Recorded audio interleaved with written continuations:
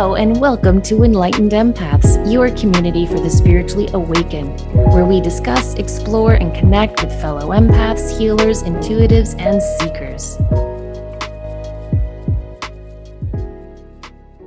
Hello, empaths. We hope you're having a wonderful week. We are so excited to be back with you. Are you having a good week, Denise?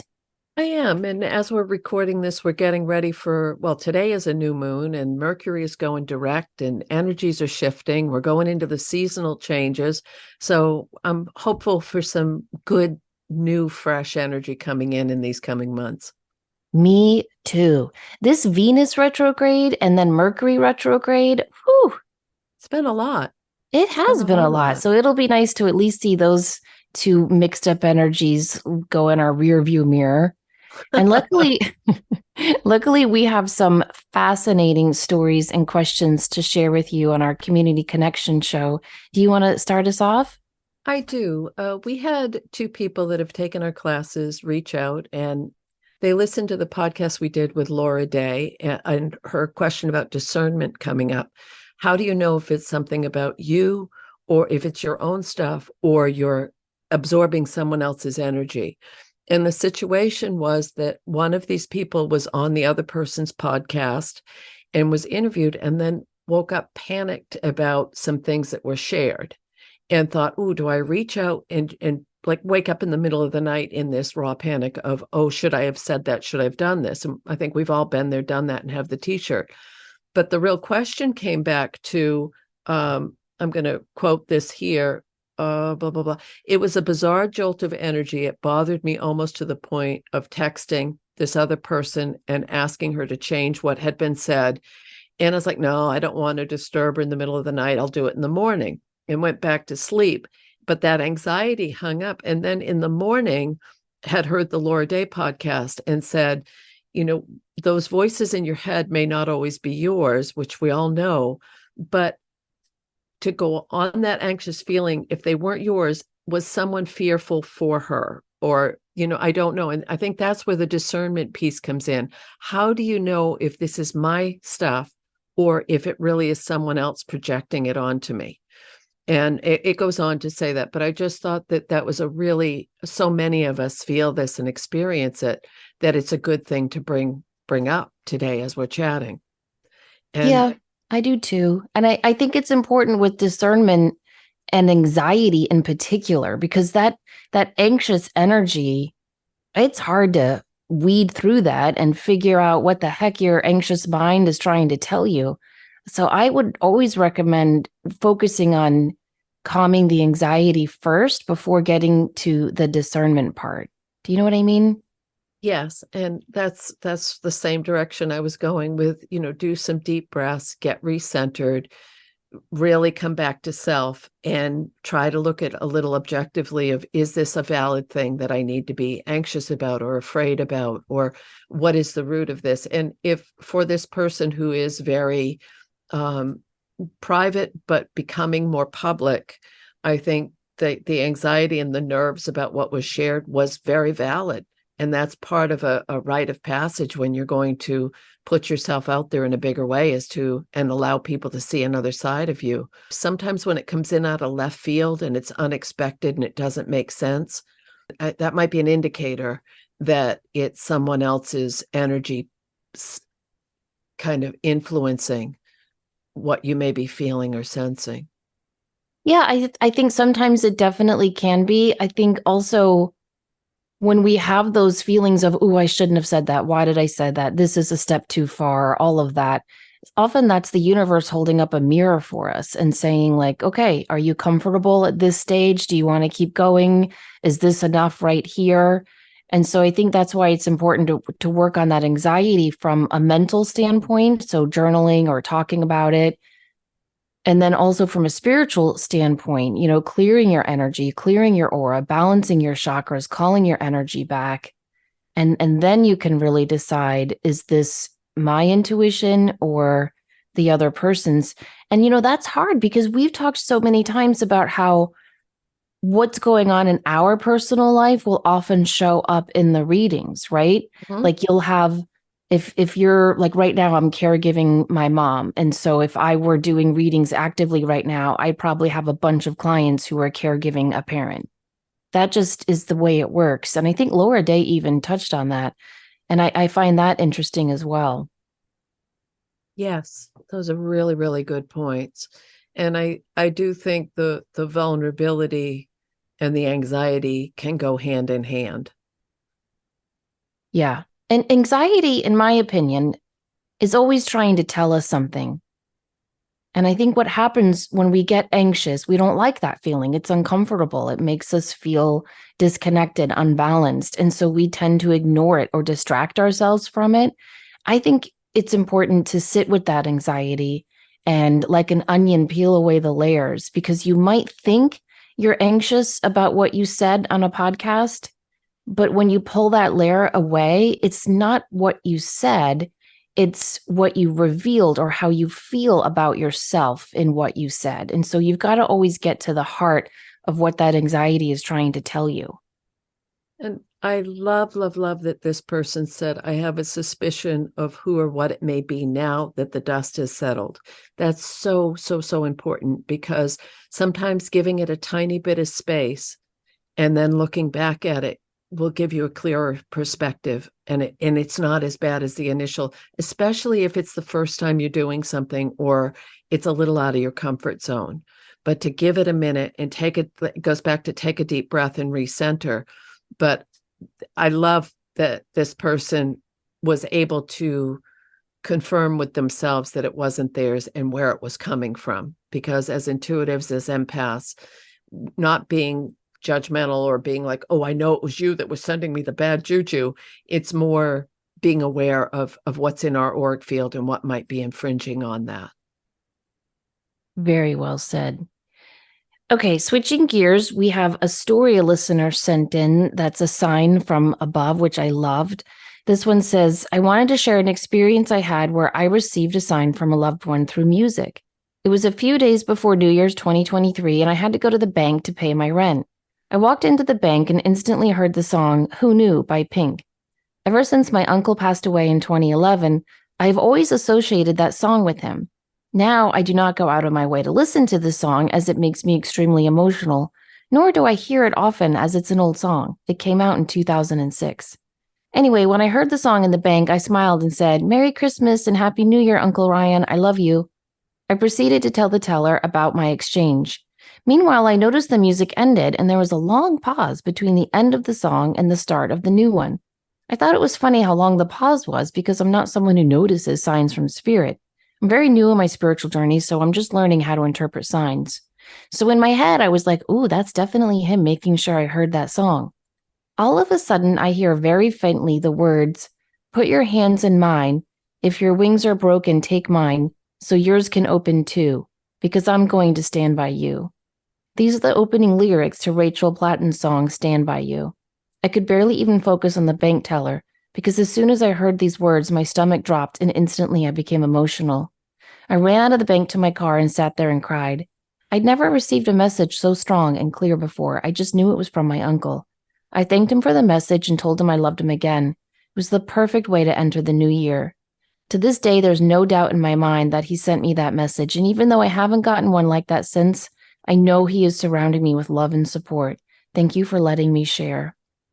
Wow. I love that story because we often do get signs through music, and he or she had two signs through music. And secondly, I love that this listener says, I have no doubt. And that's something that happens when we get signs from our loved ones in heaven, is it's accompanied by this knowing, this inner feeling that that is your hello from heaven. And you just, you just can't doubt that. It's, you know it. It's, you know it without knowing how or why.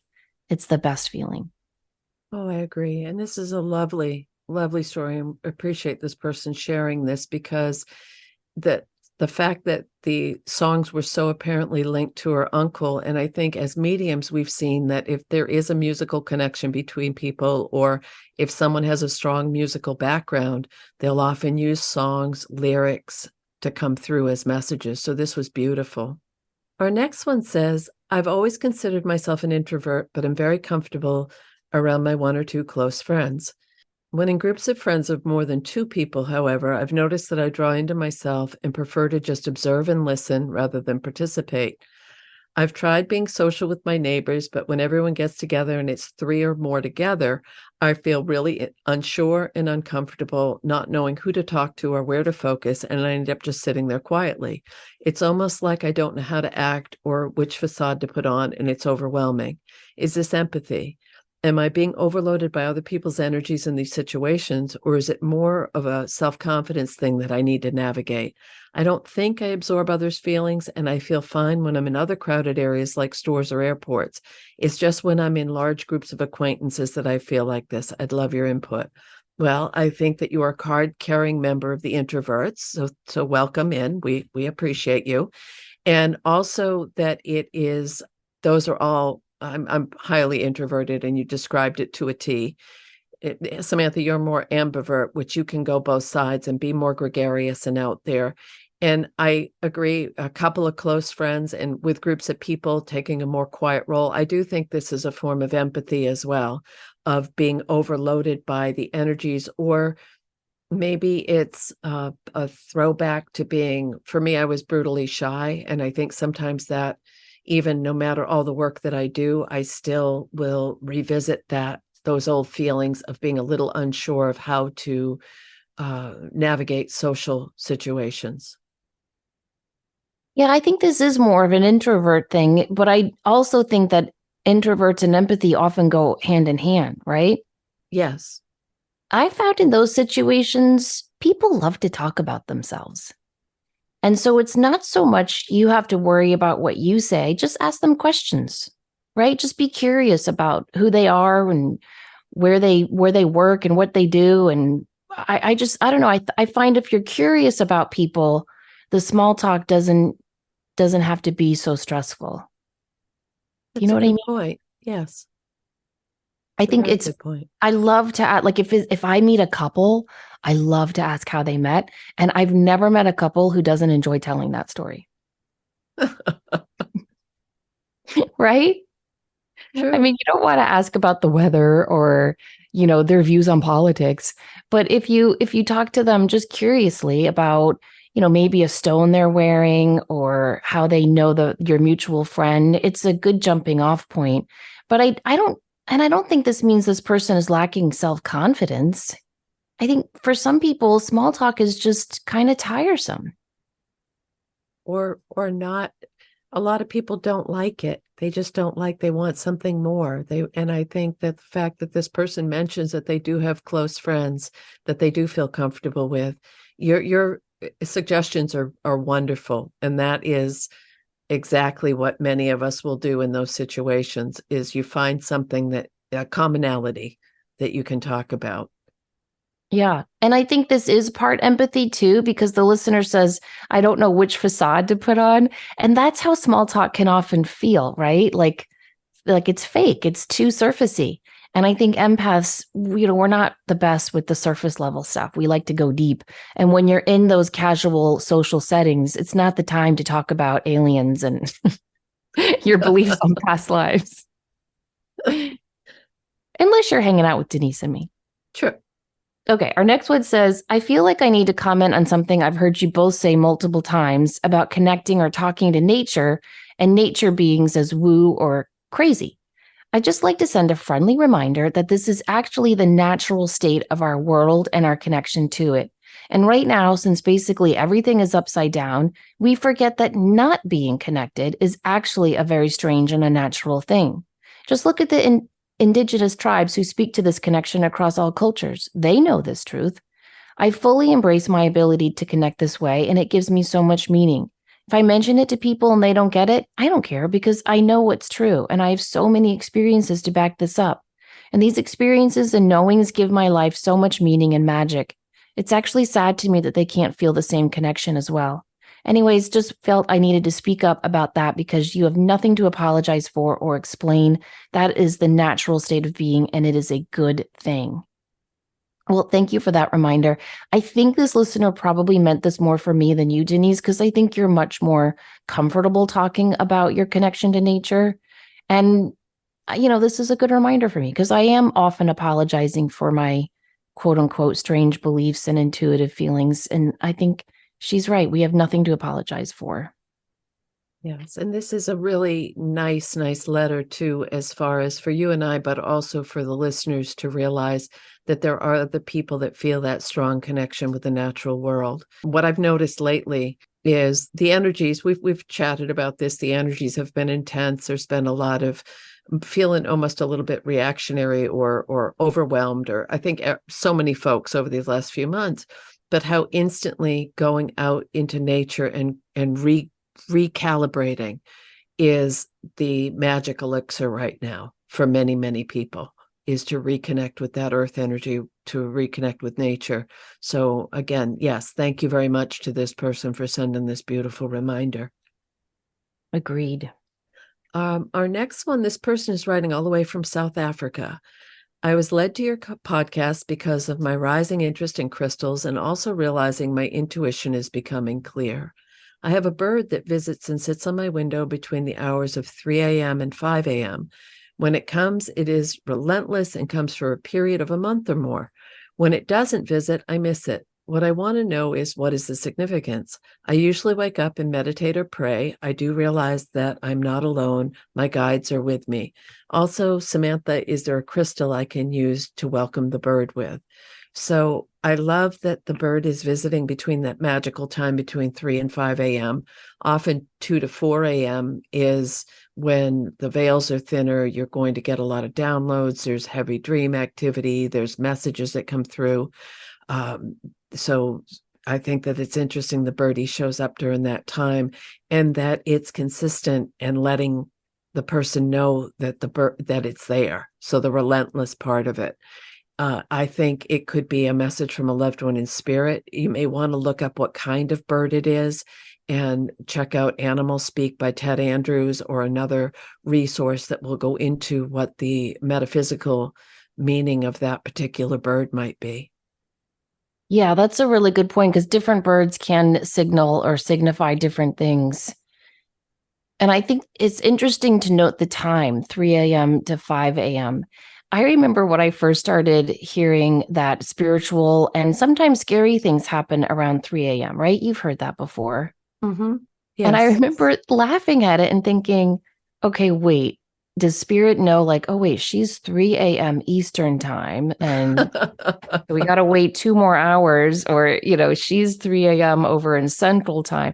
And then I started kind of Googling and reading and researching more. And it's not that. It's something about how the energy, wherever you are, between 3 a.m. is calmer because most people are sleeping.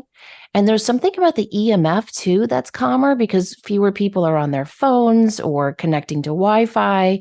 And so everything tends to calm and settle down, and it makes it easier for spirit to connect with us in those times. Doesn't that kind of make sense? Oh, it does. It makes a lot of sense. And isn't it interesting that you have to add in now the EMFs? Yeah. Historically, that's a pretty recent addition to the whole energetic field. I know. It's so true. As far as crystals, I would recommend using your intuition on that and really thinking about what's, like, just going with the first stone that pops into your mind, because that's always my favorite way to choose crystals. But I think moss agate would be a great choice as well, because it's so connected to nature.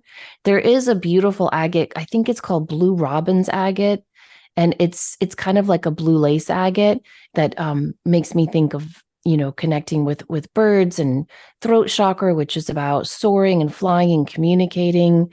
So either of those, I think, would be great stones to use to connect with this bird. Beautiful. Okay, our next one says, I've recently been listening to a podcast having to do with spiritualism, as my paternal grandmother was of that belief, so it's of great interest to me. The woman on the podcast was interviewing a gentleman involved in the creation of something called the soul phone.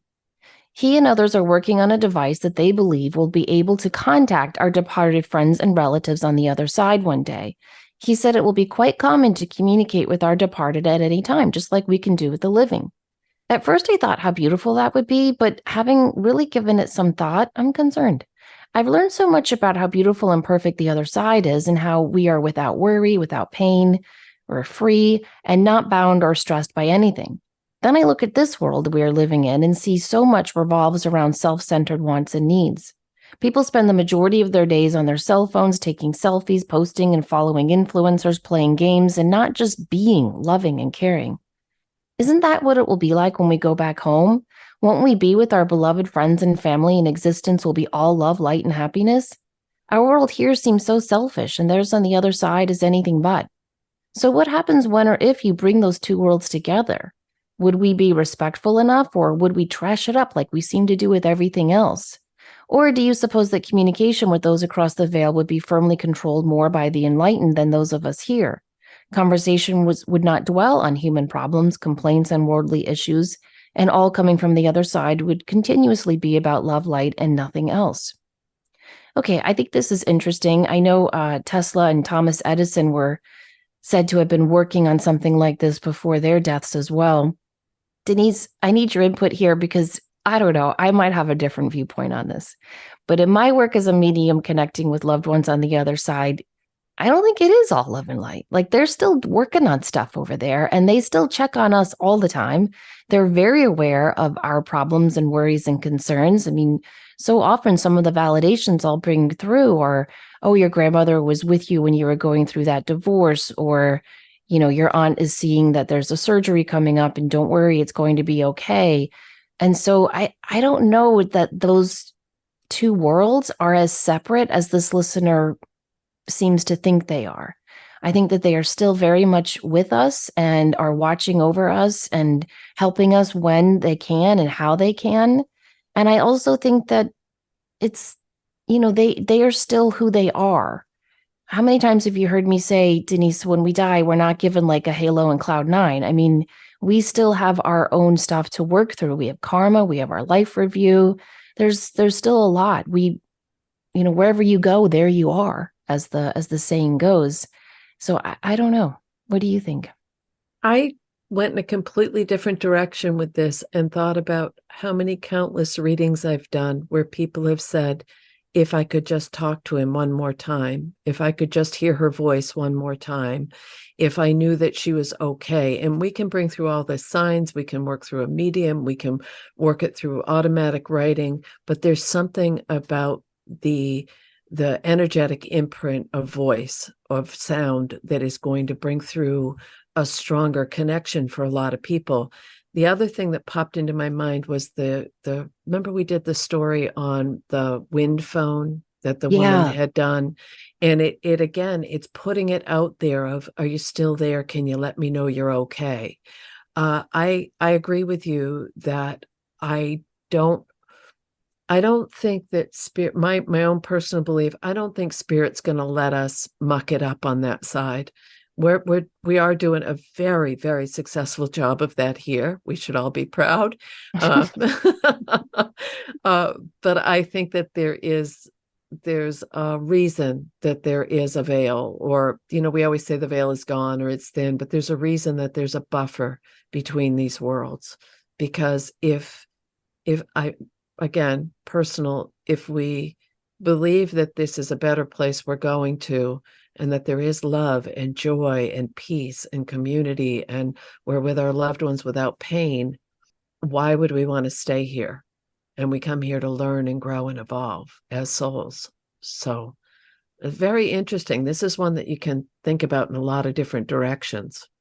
Yeah, but you brought up some really great points, because how many times have we said, if you could just have that 100% guaranteed confirmation that your loved one is okay on the other side, how significant would that help your grieving process? That would be tremendous. Right. And yeah, if you are clairaudient and you do hear things, learning to trust when you do get a sign from your loved ones in spirit is the perfect first step to opening that door a little bit wider. I agree. Our next one, I'm a longtime listener and fan of the show and have come across a situation that I'd love your opinion on. I'd love for this to be answered as a general question. I'm 28 years old and going to give some context for it to make sense. I dated a guy at the beginning of the year for not even a full month. I'm not someone who usually gets super attached to a guy quickly, and it's hard for me to open up. But this guy was someone who I met, and although hesitant, I couldn't deny how much I loved being around him.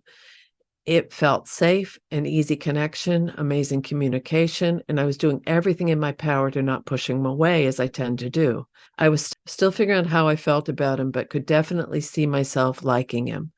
One day he told me he was going to come over the next day and see me. I replied that'd be great and offered to drive him, and then I never heard from him again. I also tried reaching out and nothing.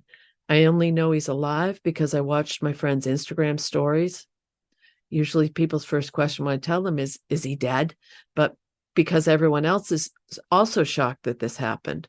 All this to be said, it's been 8 months, and while in my human form and mind, I feel very over him and moved on, I'm dreaming about him pretty consistently, and I believe I saw him recently as well. I've done energy cord cuttings on myself multiple times. I've done energy clearings. I've written letters to him and burned them. I've asked my pendulum, and it's very clear in the answering. I should not reach out, and I do not have any more energy to clear. I don't tend to get stuck on guys very often and never have in this way, especially after a short period of time. I'd love your opinions on if you believe this is a soul connection, that maybe we did not complete this cycle, and that's why I can't shake it. Perhaps he's dreaming of me, or am I picking up on that energy? I would love maybe an episode explaining a general understanding of the difference. Anything would help. I'm at a loss and really am over it. I think many, many, many of us as empaths have felt this such a strong, heartfelt connection to someone. And when it ends abruptly and there's no closure, personally, I think it's like grieving a death because you don't have any, it's a sudden passing where you're left with so many questions. And the problem with this situation is there, from what this person is describing, it was good. There weren't any red flags. She's owning her stuff and saying, you know what? I saw this. Or he or she, I shouldn't have presumed, he, she, or they. I think that this can really be heartbreaking, especially when you've done the work to cut the cords, to be logical, to clear your energy, and it's still that nagging thing.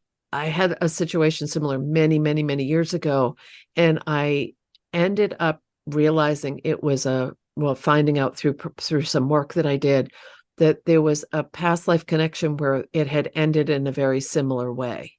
And I wonder if that's that intensity on your part is, son of a bitch, I thought we were going to figure it out this time. I don't think it means that it has to come back and do it again, because maybe the lesson in it is you learning to say, I'm not going to follow those patterns and make this uncomfortable for myself anymore. Yeah, I agree. Being ghosted like that is just so painful. And maybe what happened here is this other person felt that strong connection too and got scared because, at only 28, maybe this person wasn't ready for the seriousness of the connection you two shared. There's not to, make fun of this situation, but there's a very funny episode from the old show Sex and the City where Cynthia Nixon's character talks about how you have to have like your light on. Remember when cabs, if cabs were like ready for fares, they turn their light on. Mm-hmm. And she'd say, like, if guys aren't ready for a relationship and their light isn't on, they're just going to keep on going. And I think there's some truth to that when you're young and you're not ready for commitment and you just want to date, and then you meet someone who checks all the boxes and you haven't done the work yourself. I think some people get scared. They don't know how to handle it. They don't have the inner tools, and they just ghost. And especially for intuitive empaths, that's very jarring, like you said, and it's going to take time. But I think understanding that this is not about you, the listener, this is about that person. This has nothing to do with you. The other thing that just popped out is that it's been about 8 months. And if we all look back over our shoulder at the last 8 months, it's been an emotional roller coaster for a lot of people.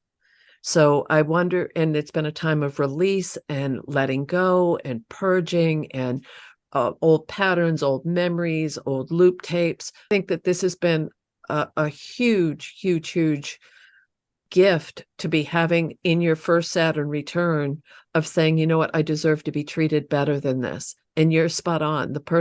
This person who wrote the letter didn't do anything to cause this, but how it's is choosing to deal with it now.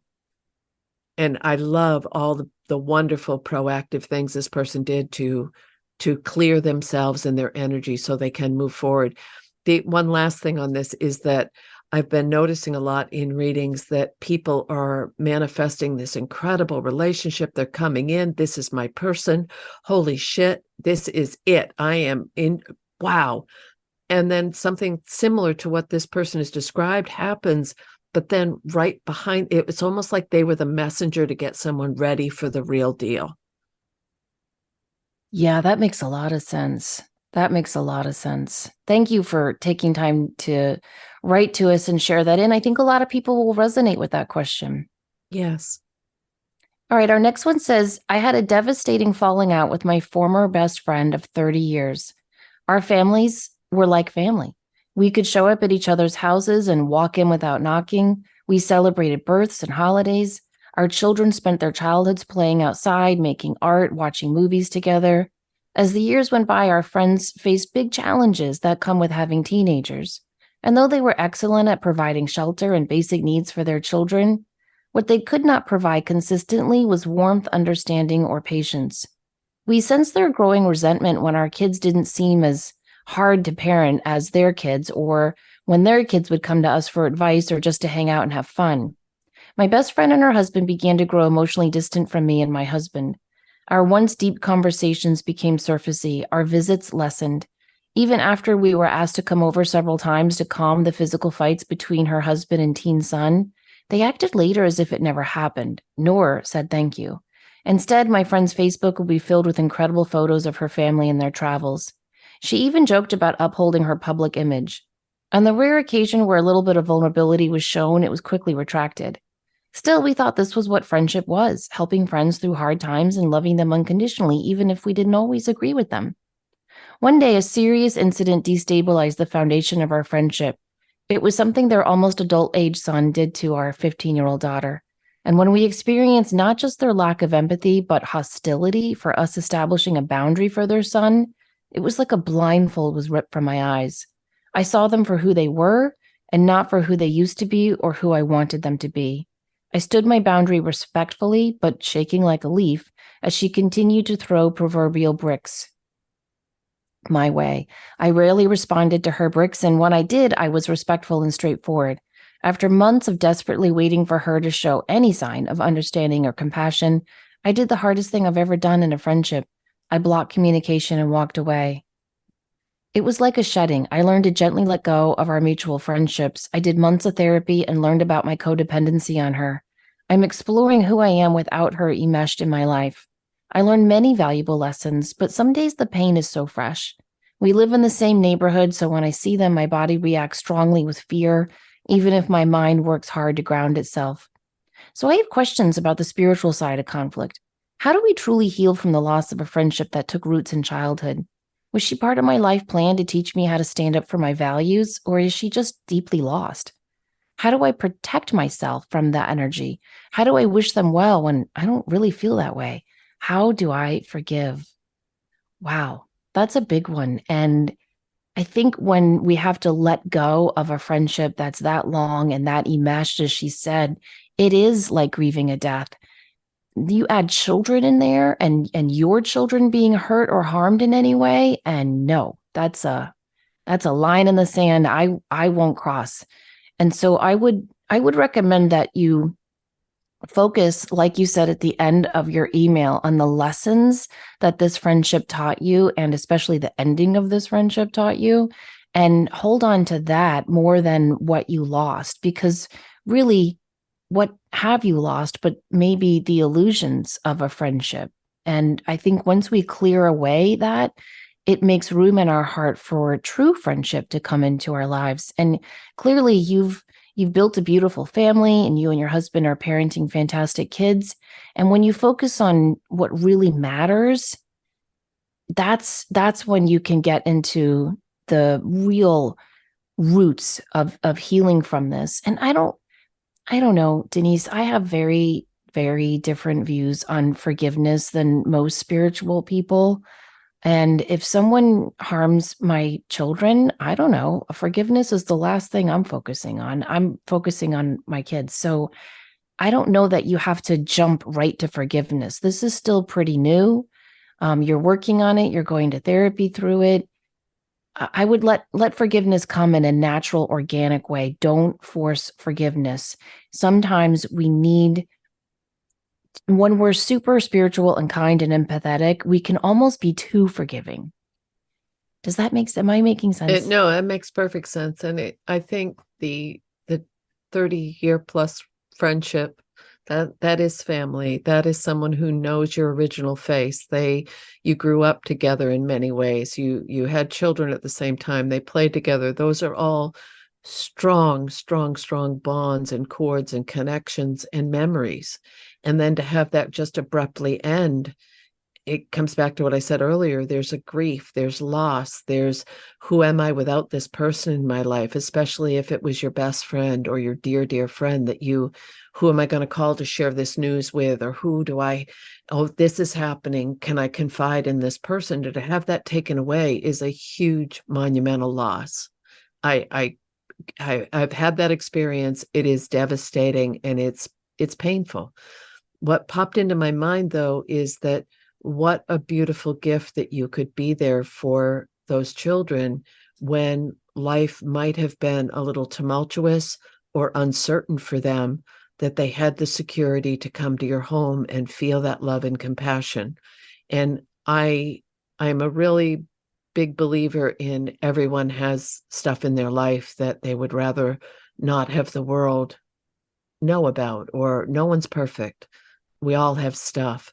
But I know when you're struggling with your children, and it's a very, it's a different fear. It's a different insecurity. It's a different, there's hard words to put that through. If your child is going through challenges, that you want to support them and protect them, but you also don't want unwarranted advice from someone else who may not understand what your reality is.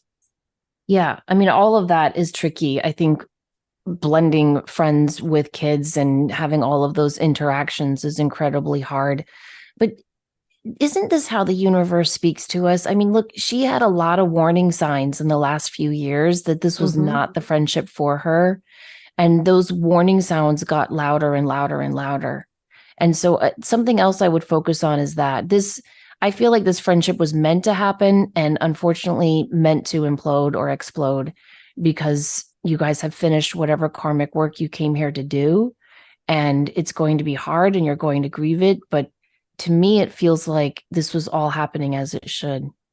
And here's a really weird twist, but it might help. The only one you need to forgive is yourself. You did everything humanly possible. And you're the one that chose the boundaries. You're the one that chose to change things. So really, it feels like if you can just make peace with yourself and send love to your friend and say, I wish you well. I agree with you, Samantha. Sometimes forgiveness can show up with a different guise. Yeah, I love that you said that. Forgive yourself. That's perfect. So our next one is a different twist. I don't have any psychic abilities that I know of, but I do have amazing dreams, connect with spirit animals, and I'm very empathic. Well, I'm sorry to tell you, you're in the club. I've always been able to tell how people are feeling, even when they don't voice it. I feel like I'm able to see through people and know if their souls are truly happy. So for the past year, I've been on a healing journey. Well, I've been homesick, but healing journey sounds much better than truly what it has been. I've learned so much through podcasts, reading, meditation. I'm so ready and excited to heal so that I am able to serve and help others. Through this process, I've been trying to learn how to manage my energy. I'm learning grounding techniques. I don't want to get burnt out again and get sick again. So I'm wondering your advice on this topic in general and how to send love to people. I enjoy sending love to people anytime I hear something has happened, or just if I think of an old friend and hope they're well. I've started to pray every day. In my prayer, I ask the divine to send love to whomever I think of each evening, the process feels good because the divine is sending the energy. So when I stop in the day and say, I send this person love, am I giving my power away? Is this using my own energy source? Should I always ask a higher power to send love and light instead of me sending it? I hope this isn't a silly question, but I've been overthinking this and thought you two could shed some light on it. I didn't mean to be snarky about saying, well, you're in the club, but truly it does sound like you're very intuitive, very connected. And everyone who listens to the shows knows my belief that we all have this capability. It's just you decide to open that door a little bit wider.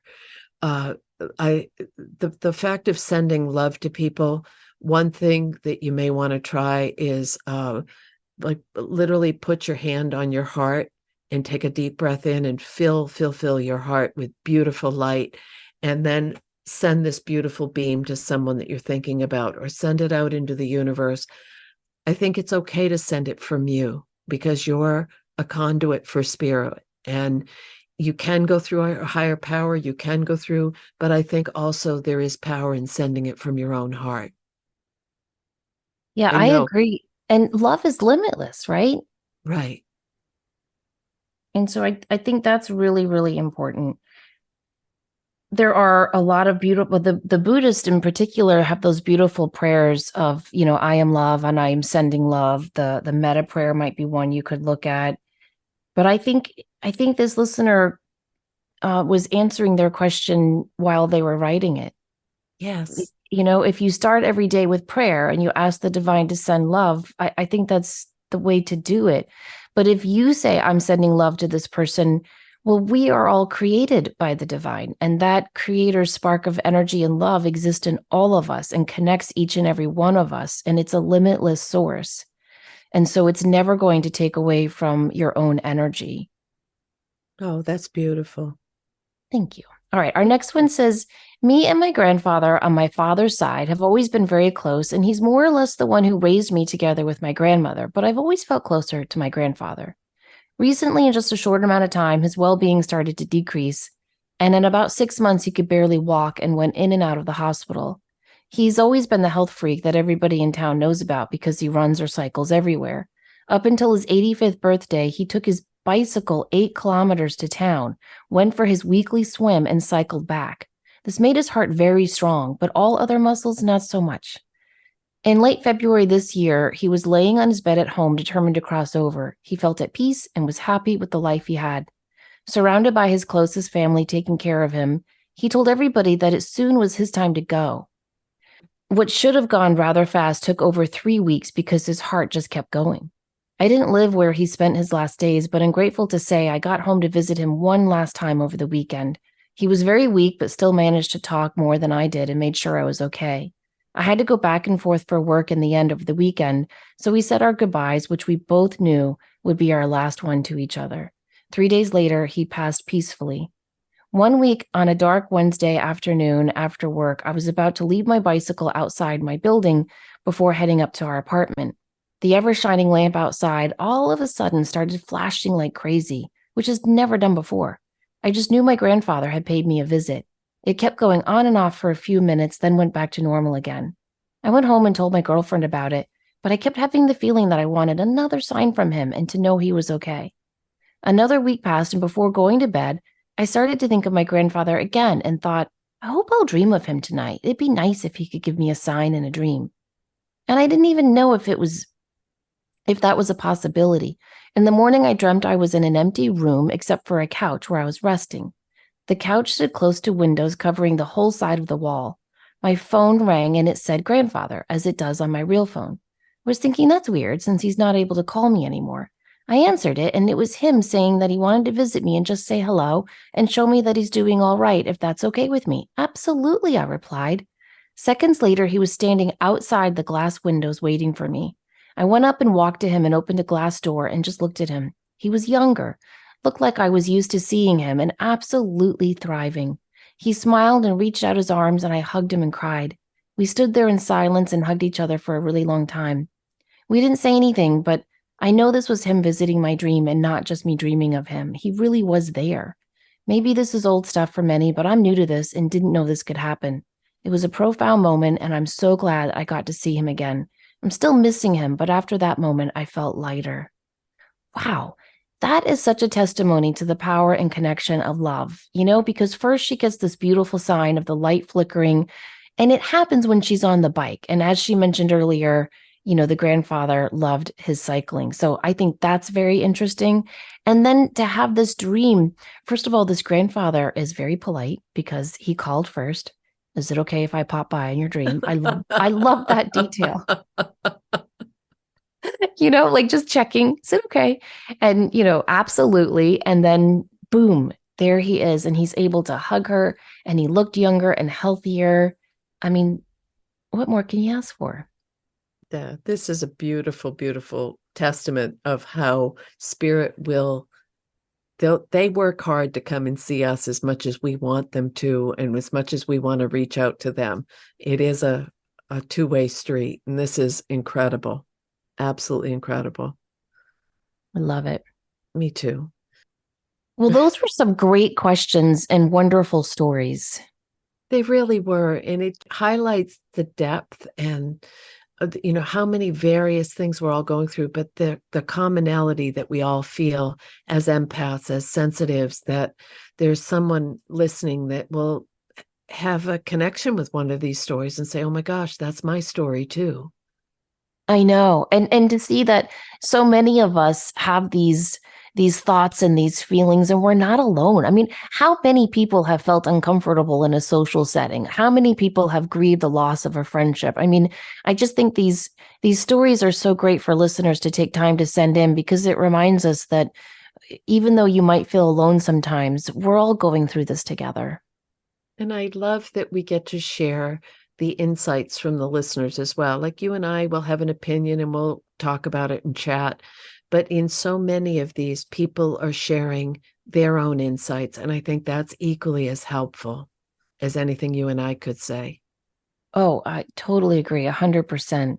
So thank you guys so much for taking time to connect with us and share your experiences. If you want to share a story or question, you can email us enlightenedempaths@gmail.com. Don't forget to check us out on Facebook. Just search Enlightened Empaths. We hope you have a beautiful week. Please remember, as always, to show up, do great work, and share your light. Take care.